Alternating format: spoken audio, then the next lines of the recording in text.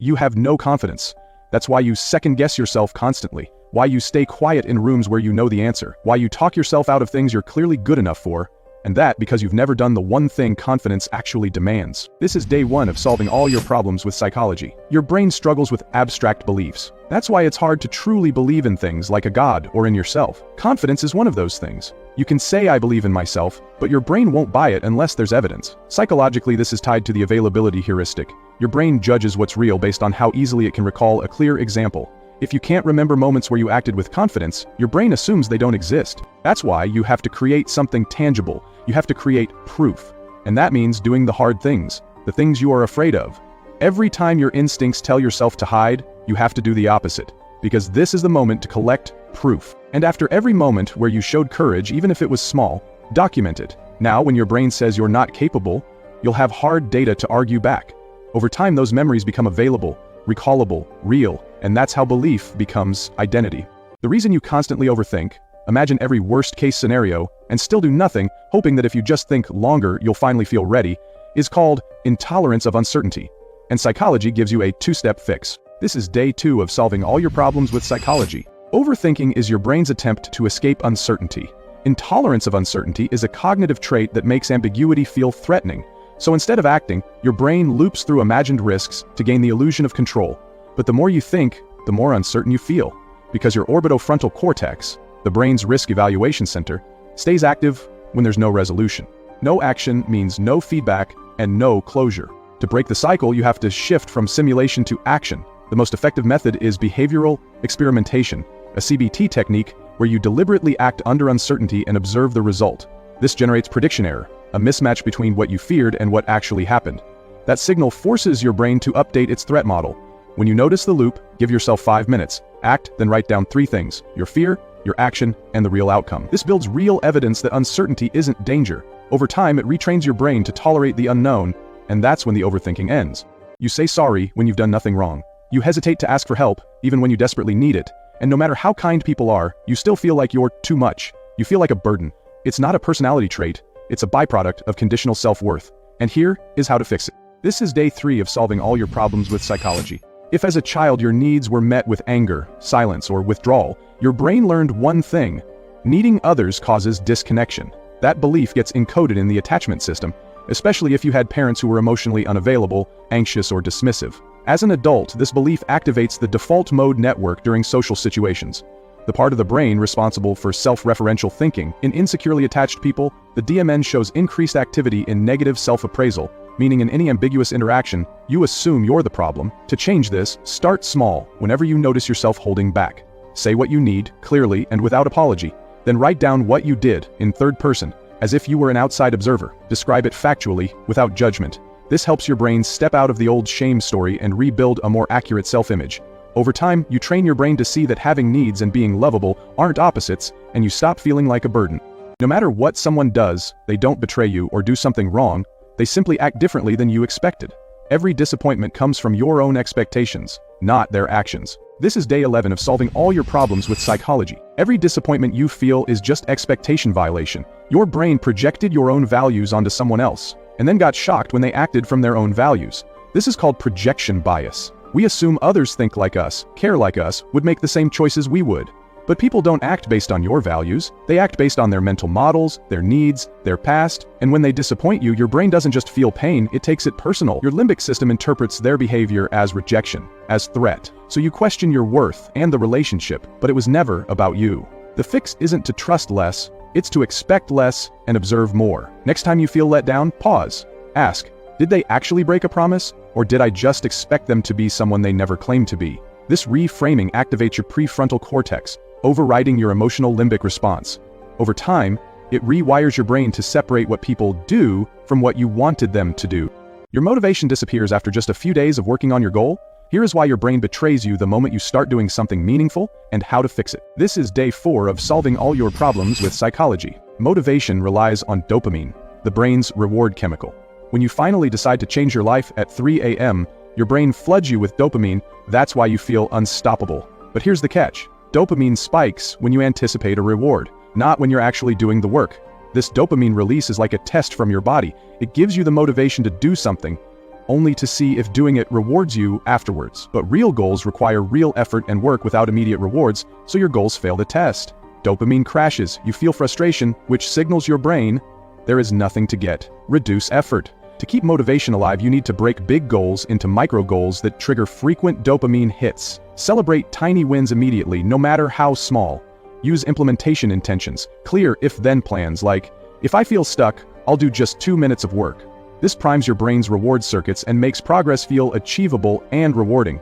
You're not bad at taking compliments, you're just addicted to self-rejection, because it feels safer to hate yourself first than let anyone else do it. So when someone says something kind, your brain panics and you feel uncomfortable. This is day 5 of solving all your problems with psychology. When compliments make you uncomfortable, the issue isn't the compliment, it's a mismatch between your self-schema and the feedback. Your brain maintains a stable self-image by filtering out information that doesn't fit. This is called self-verification theory. We unconsciously seek confirmation of who we already believe we are. If you see yourself as not good enough, any praise feels like a lie, triggering discomfort instead of pride. It activates the anterior cingulate cortex, the brain's conflict detector. It flags the compliment as a threat to your identity. So instead of integrating the praise, your brain protects your current self-image, and you start to feel uncomfortable. Instead of asking if you deserve the compliment, shift focus to what the other person risked by giving it. Genuine praise is a social risk, it's vulnerability. When you recognize their courage instead of judging yourself, your brain moves from defense mode to connection mode. Next time, say something like, "That means a lot coming from you." It stops the reflex to reject and lets the compliment land as truth, not as a threat. You think you're being nice, you say yes to everything, avoid conflict, and always put others first. But people-pleasing isn't kindness. It's manipulation dressed as selflessness. And even worse, you start to lose your own identity. This is day 6 of solving all your problems with psychology. People-pleasing looks like generosity, but underneath it's driven by fear, not care. Psychologically, it's a fawn response to relational threat. When your nervous system senses disapproval, abandonment, or rejection, it doesn't fight or flee, it submits. You sacrifice your own needs to keep the peace, hoping to feel safe. But there's another layer. People-pleasing is also about your image, your status. You agree not because you want to, but because you're terrified of being disliked, and over time you lose access to what you actually want. To undo this, the most important step is to pause. Every time someone asks something of you or shares their opinion, take 5 seconds to ask yourself, what do I actually think? And what does this person want me to say? Normally, you default to the second. But with that pause, you create space to choose, to act in alignment with what you want. Then do it, and observe what happens. Usually, nothing. But neurologically, everything. You're retraining your brain to separate rejection from danger, and with every small act of honesty, you rebuild your sense of self. You're not a perfectionist, you're just scared of being seen trying. You'd rather do nothing at all than risk failing and looking average. So you call it high standards, you say everything you do has to be perfect. But deep down you know, it's not perfectionism, it's just fear. This is day 7 of solving all your problems with psychology. Perfectionism is often mistaken for discipline, but psychologically it's just self-protection. The brain learns early that mistakes bring criticism, rejection, or humiliation. The message is clear, only flawless is safe. And the higher the standard, the greater the risk of falling short, so your brain starts avoiding the task entirely to protect you from the expected criticism and the feeling of being worthless. To change that, you have to detach identity from outcome. Start by doing one thing deliberately at 70% and finish it. Then document it, what you did, how it felt, and most importantly, what didn't go wrong. This creates a cognitive dissonance your brain can't ignore. I showed up imperfectly, and I'm still safe. Over time, that weakens the shame conditioning. Real confidence doesn't come from being perfect. It comes from acting when you're not, and realizing the world doesn't end. If you have problems with self-doubt and constantly talk badly about yourself, this video is made for you, because I will show you the psychology-backed way to finally let go of these thoughts. This is day 8 of solving all your problems with psychology. Self-doubt and self-criticism act as psychological defense mechanisms designed to protect your self-esteem. Through self-handicapping, your brain prepares excuses in advance, like fear of failure or lack of effort, so that if things go wrong, your core self-worth remains unharmed. This reduces emotional pain and shields you from social rejection. But this protection is like running a marathon with chains on your feet. Each negative thought adds more weight. While it's already tough to reach your goal, too many doubts and self-criticisms make success nearly impossible. To shed these weights, you first have to recognize them for what they are. Nothing more than dead weight. Even if your doubts are justified, they still hold you back from your goals. So change your perspective. These doubts aren't truths or valid arguments. They're chains you can simply take off whenever you want, and then actually visualize yourself removing them. Imagine it vividly, how you let them lay on the ground behind you while you're freely running towards your goals, and this time with a real chance of reaching them. Every time you make an excuse, you're giving yourself permission to lose, and no one cares why you failed, you still lost. Excuses don't protect you, they just make you look like a loser with a fragile ego. This is day 9 of solving all your problems with psychology. Excuses feel like protection, but psychologically they're handicaps. You create them to shield your identity from the pain of failure. Because if you lose and you tried your best, it might mean you're not good enough. That's a threat to your ego. So your brain offers you a softer story. It sounds like a valid reason, but every excuse increases the probability of failure. Because you're no longer fighting to win, you're just preparing to survive the shame of losing. To stop this, you have to shift your focus from the excuses why you might fail to the reasons why you might succeed. Instead of giving yourself permission to lose, you start giving yourself permission to win. And with every reason you find, you increase your actual chances of succeeding. And never forget, no one is collecting your excuses. No one cares how valid they were. You either did it or you didn't, and your reasons won't save your reputation. They'll only confirm that you weren't strong enough to show up fully. Be the one who stops explaining and starts winning. Stop lying to yourself. You don't need more time. You need to grow up and admit that you're afraid. Every time you say, "I'll do it later," what you really mean is, "I hope life won't hold me accountable," but it will, and it already is. This is day 10 of solving all your problems with psychology. Most people overestimate how much time they have and underestimate how fast regret builds. Your brain is wired to value now over later.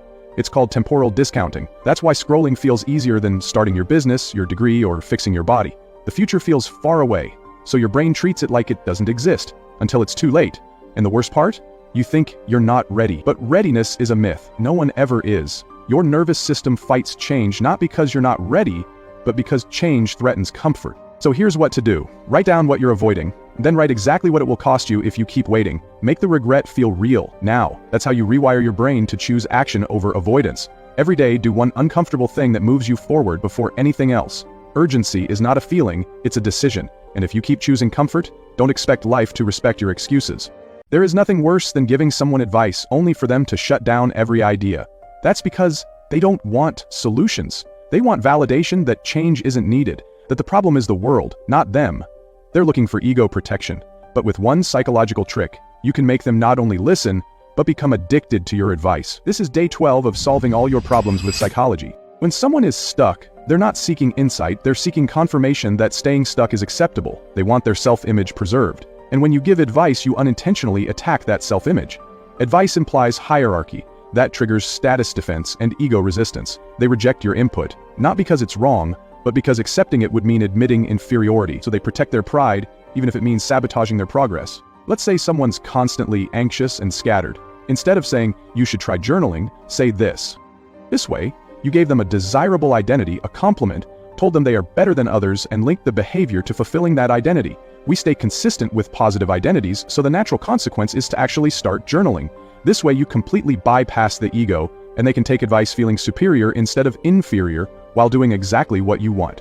You can't admit it, but you don't help people because you care about them. You help them because it makes you feel better than them. It elevates your ego. You're not empathetic, you're addicted to feeling superior. This is day 13 of solving all your problems with psychology. You offer help not because the other person needs it, but because you need to feel useful, competent, and in control. Psychologically, helping without being asked creates a status gap. You're the one with the answers, they're the one who needs fixing. That dynamic boosts your self-image, not theirs, and keeps you away from confronting your own helplessness or lack of control elsewhere. And worse, according to self-determination theory, people have a fundamental need for independence. Constant intervention undermines that. What feels noble to you feels suffocating to them. Before you help someone, ask yourself, is this for them or for me? Real support starts with restraint. Instead of offering unsolicited solutions, give them agency. That question shifts the dynamic from control to respect. And when you do help, strip it of performance. No lecturing and no subtle superiority. People thrive when they feel autonomous. So if your help doesn't empower them, it's not empathy. It's your ego in disguise.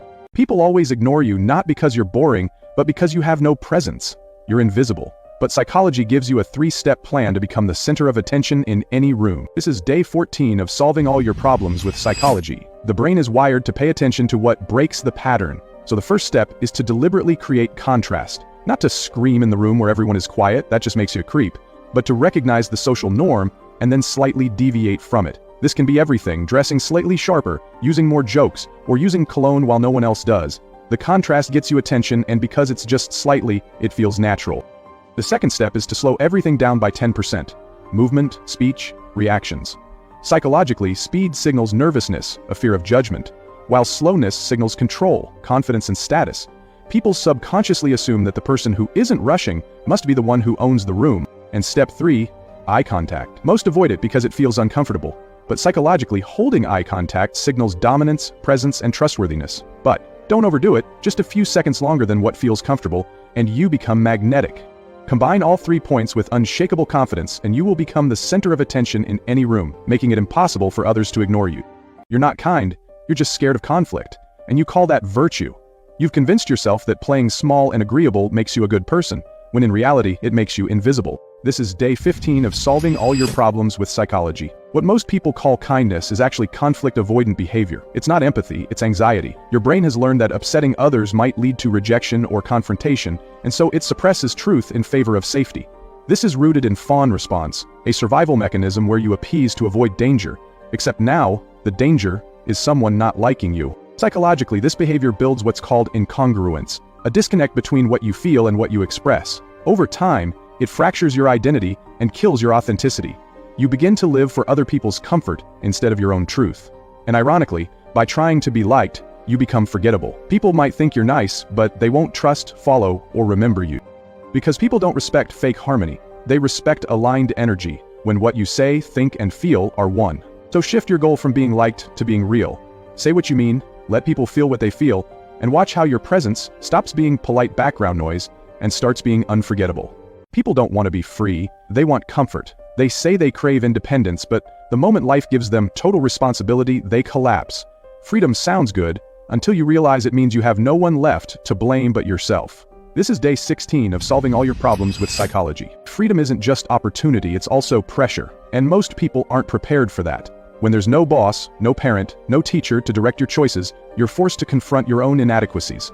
That's why people cling to structure. Complain about it, but never leave it. Because deep down, structure gives them someone to resent, and an excuse when they fail. It's a psychological safety net. According to locus of control theory, those with an external locus constantly shift blame outward, the system, the timing, other people. But with an internal locus, you own your actions, and most can't handle that, because it kills the illusion that life is happening to them, not because of them. So, before you chase freedom, ask yourself if you actually want it, or just the idea of it. Real freedom means full responsibility, no excuses. Most people don't want that, and that's fine if you admit it, but if you do want it, shift your locus of control inward. From now on, every outcome is your doing. Not luck, not timing, not others, just you. No one wants peace in a fight. That's just what you tell yourself to feel like the good guy. What you really want is permission to stay angry. That's why you dig up old wounds, twist their words, and escalate stuff that had nothing to do with the original issue. You're not trying to fix anything, you're building a wall of justifications so you don't have to face what really hurts underneath. This is day 17 of solving all your problems with psychology. In conflict, anger becomes currency. The more of it you show, the more moral ground you claim. So people dig up irrelevant drama just to increase their wealth. This is motivated reasoning. Your brain doesn't look for truth, it looks for proof you're allowed to stay angry. Why? Because anger covers pain. It masks rejection, embarrassment, guilt, and letting it go would mean exposing the thing you're actually hurt about. That's why people fight to stay mad. It feels safer than being honest. Next time you feel the urge to bring up something petty or unrelated, recognize it for what it is, your brain trying to distract you from what actually hurts. Don't take the bait. Don't dig for new reasons to stay angry. Look for the real reason you can't let go. Focus on that. Because if you don't, you're not looking for resolution, you're looking for damage. And the only real way to win is by showing you don't need to hurt anyone at all. There is nothing worse than having a friend who forgets everything you tell them, who asks the same questions every time you meet. But with a single psychological trick, you can make them remember everything you say, even better than the lyrics of their favorite song. This is day 18 of solving all your problems with psychology. It's not what you say, but how you say it that makes people remember. That's exactly why song lyrics stick in your head. Music triggers powerful emotions, like joy, sadness, surprise, or tension. And psychologically, experiences linked to strong emotions get encoded deeper in your episodic memory, because things that trigger emotions were vital for our survival in the past. But emotion alone isn't enough.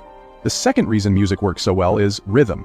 Your brain is a pattern machine. Rhythm provides a clear, repeatable structure that organizes information and makes it easier to recall.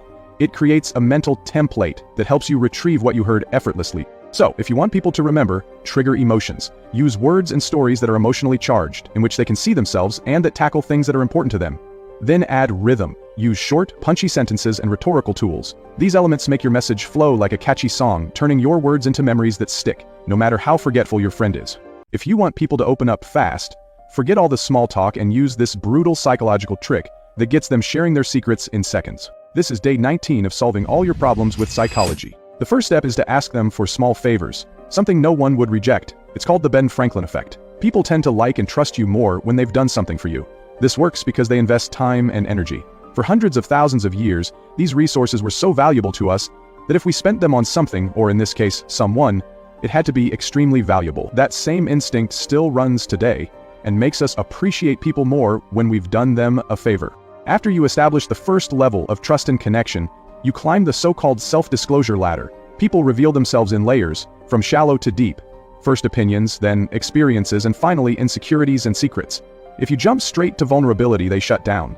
But if you escalate gradually, trust builds, and you can move from layer to layer without any resistance. The formula is simple. Let them do you a favor, and then go from layer to layer until you know all of their secrets. The reason you're completely exhausted after just a few hours among people isn't because you're an introvert. It's because every second you're with them, you're pretending to be someone you're not.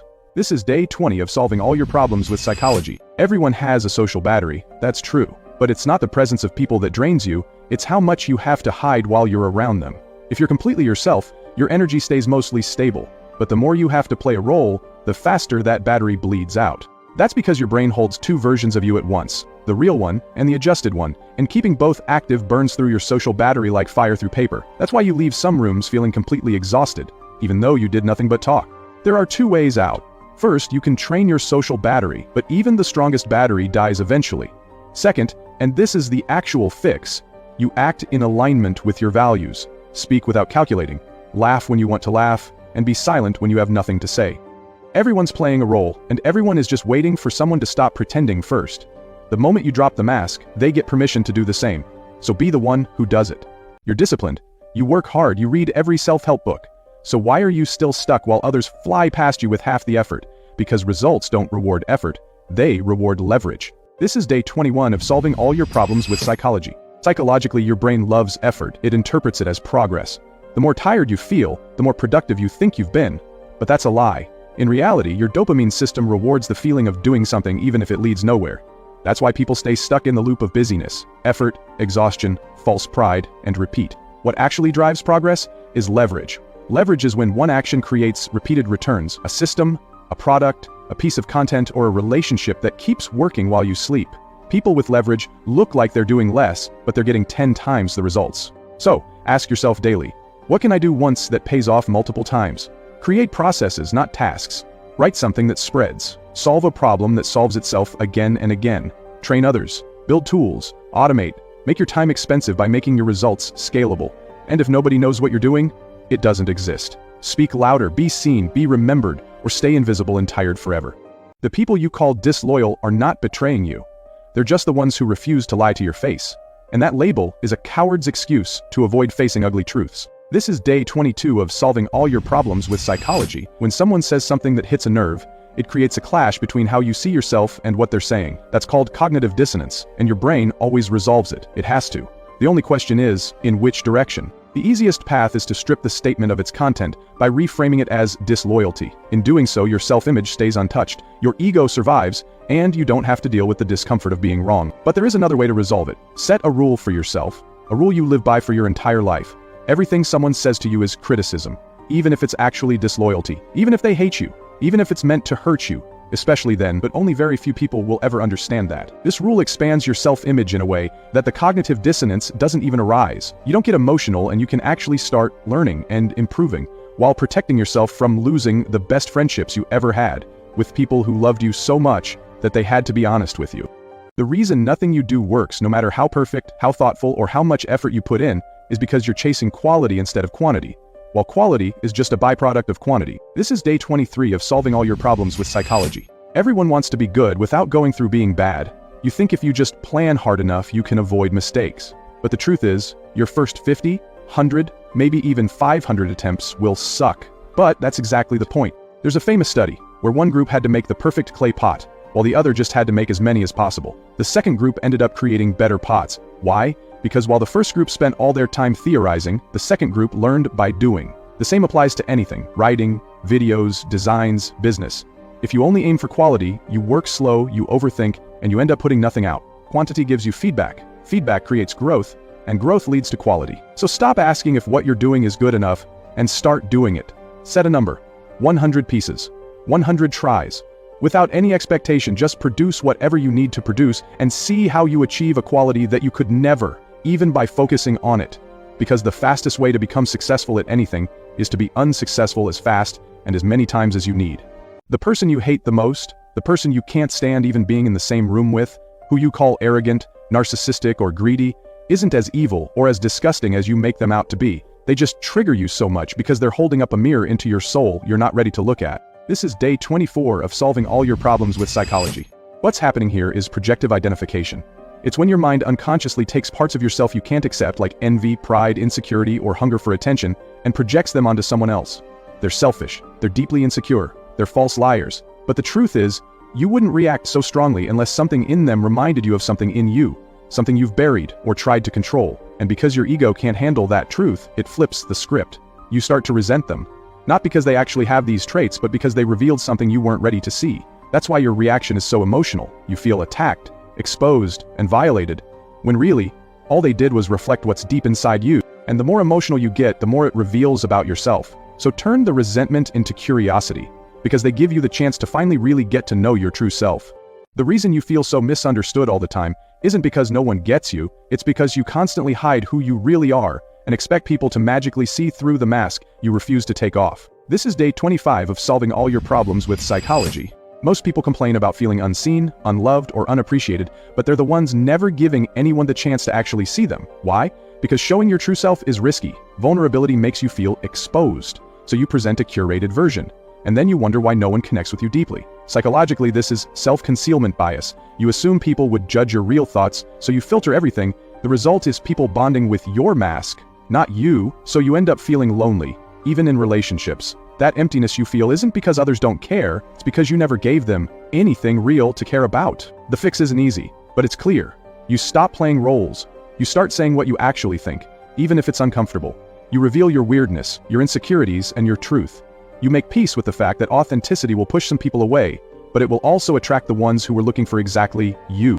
People don't like you not because you're too quiet, too awkward, or not interesting enough, but because you're making everything about yourself. This is day 26 of solving all your problems with psychology. Most people struggle to build real connections not because they're boring or socially awkward, but because they're too focused on themselves. Every social interaction becomes a performance. You think about what you should say next, how you're being perceived, whether you seem confident, interesting, likable. But the more you focus on how you come across, the more disconnected people feel around you, because while you're inside your own head, they're left unseen. This self-focus is your ego trying to protect itself from rejection, embarrassment, or vulnerability. If you control the narrative, you think you can control the outcome. But what you're really doing is cutting off the oxygen real relationships need: attention. Humans are wired to seek recognition. If someone senses that you're more concerned with your own image than with who they are, they will never feel safe enough to open up, no matter how funny or impressive you are.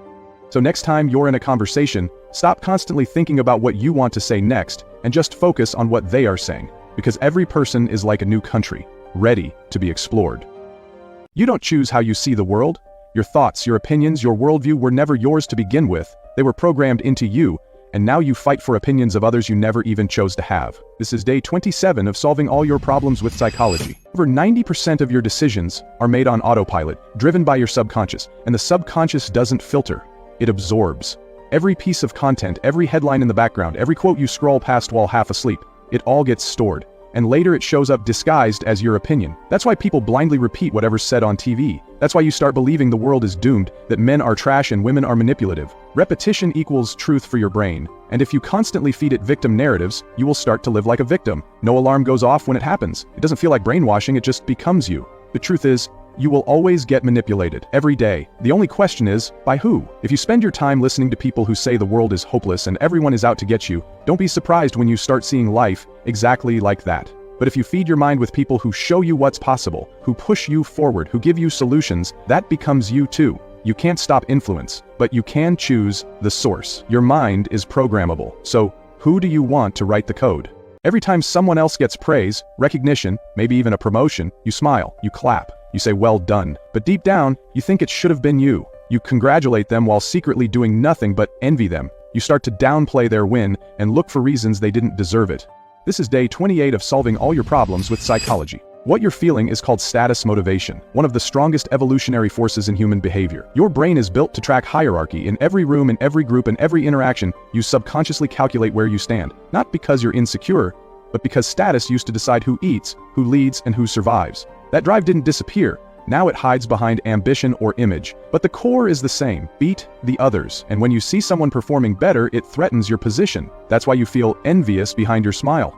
You'll never get rid of that drive. You either repress it and rot in envy, or you channel it. Training or business are the best for this. Something where you need to be better, where it gives you fuel, motivation to push past your limits and to actually achieve something. Try to be better than everyone else in this domain, because if you don't give that hunger a home, it turns on you. You'll become bitter and fake, always comparing and complaining but never conquering. Your entire life path, your job, your goals, even your idea of success was never your own. It was scripted for you by your environment, your parents, your school, your culture. You think you're choosing freely, but you're just checking boxes someone else handed you, and you wonder why it all feels empty. This is day 29 of solving all your problems with psychology. This is called path dependency. Your brain follows the path of least resistance, the one most rewarded, most approved, and least questioned. You internalize what success should look like long before you understand what you actually want. Getting a degree you never cared about, taking a job you hate, striving for status symbols that mean nothing to you. And by the time you stop and ask, what do I really want, you're too deep in to pivot. So ask yourself now, which parts of your life are truly yours, and which are inherited expectations? Write it out. Circle what feels foreign. Then act. Strip it back to your raw preferences. How do you actually want to live, to work, to show up? Most people just act according to the expectations of others, but this leads nowhere. You achieve goals that feel shallow because they were never yours. True fulfillment can only come from your own goals. And don't feel bad for disappointing people, because nothing is more expensive than living a life that was never yours. There's nothing worse than having a friend who always has to show off. Every conversation becomes a competition. You say you had a good weekend, he says his was better. You mention your new client, he brings up how much he made last quarter. He tells you the price of his new car before you even realized he has a new one. For him it feels like superiority. For everyone else, he looks like a desperate loser. This is day 30 of solving all your problems with psychology. This is the behavior of someone who doesn't feel like enough without the extra. When someone constantly flexes money, status, or knowledge, they're not talking to you, they're trying to convince themselves. It's textbook narcissistic compensation. A fragile ego hiding behind a big mouth. People don't brag because they feel powerful, they brag because they feel invisible without it. It's not about you, it's a mirror they're screaming into, hoping someone believes the image. So if you want to be impressive, don't talk about wins, say less. Let your results speak for themselves. Never explain unless asked, and never brag. If you're actually great at something, it's not you who needs to tell everyone. It's others that naturally talk about it, and if others brag about you, you look way more impressive than you ever could through your own words.